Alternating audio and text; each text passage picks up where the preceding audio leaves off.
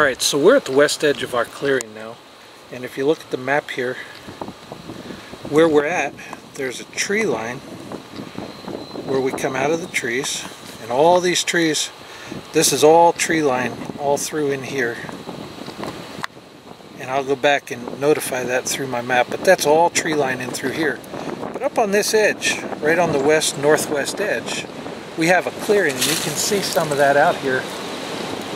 The clearing goes a long way, and this is a good transition area. It's a place where deer will come and feed, where different animals will come up. We have possums, skunks, raccoons, all sorts of different wildlife that we can see through here.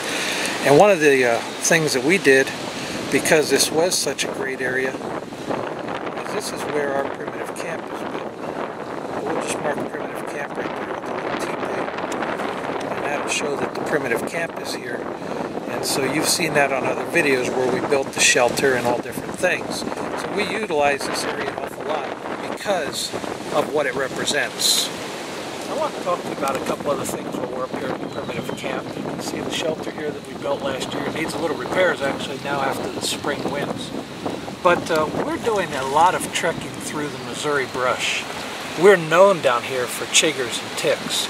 So one of the things that we're trying this year is when we go out, we're putting 100% pure peppermint oil on the bottom of our pants, on our socks, to try to keep the chiggers and ticks away from us.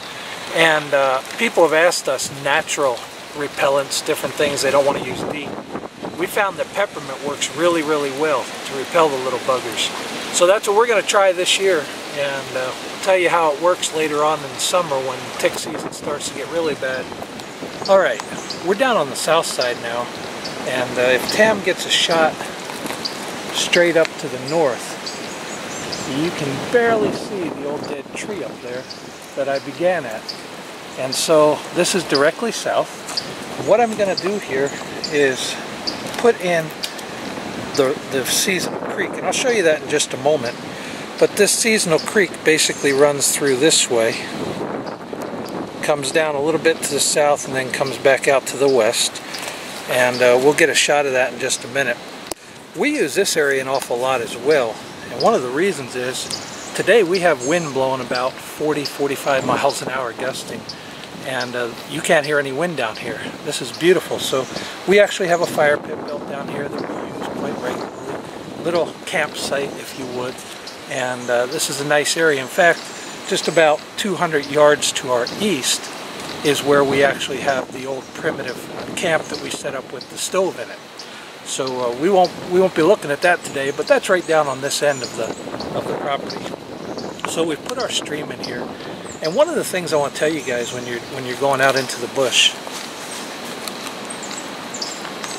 we've got some kind of animal life right there. That's Elliot. There's a deer coming right up to us. We'll just be real quiet here. And as I said, you can see all sorts of wildlife as you shoot your videos.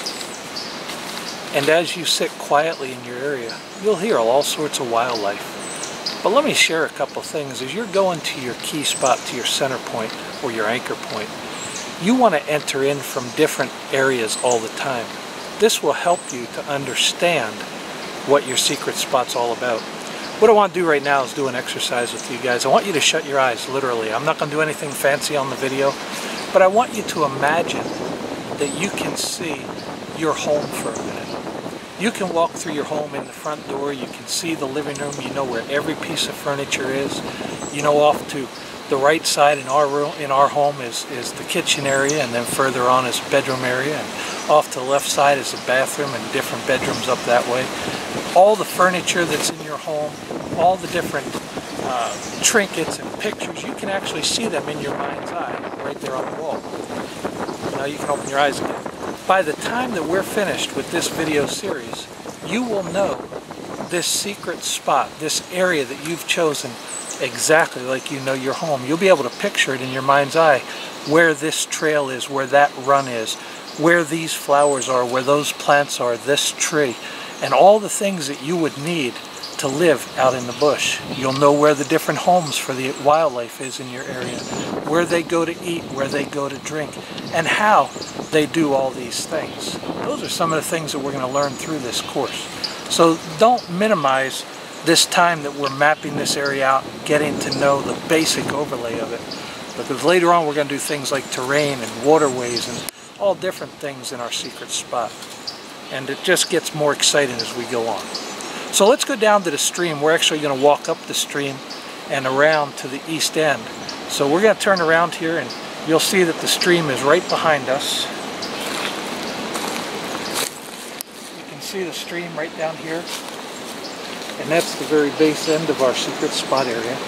And again, this is a spot where there's a lot of wildlife. So a seasonal creek, seasonal stream. And we're going to walk up that stream over to the east end and we'll be back with you.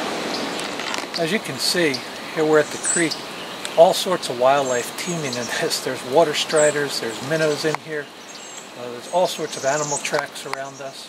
So it's a great transitional area that we want to be able to observe and find out exactly what kind of life is here.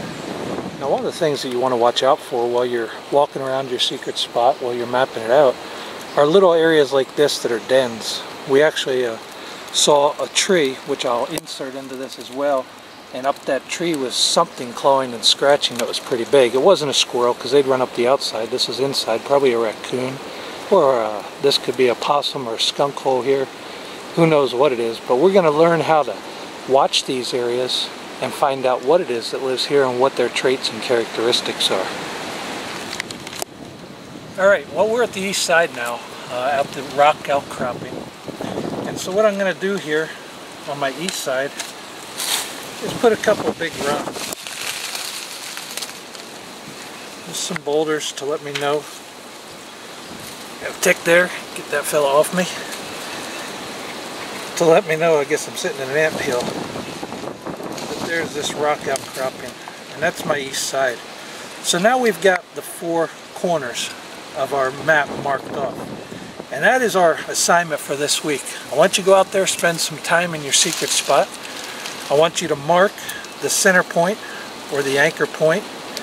And see, I'll put my old dead tree here to let me know that's my secret point right there.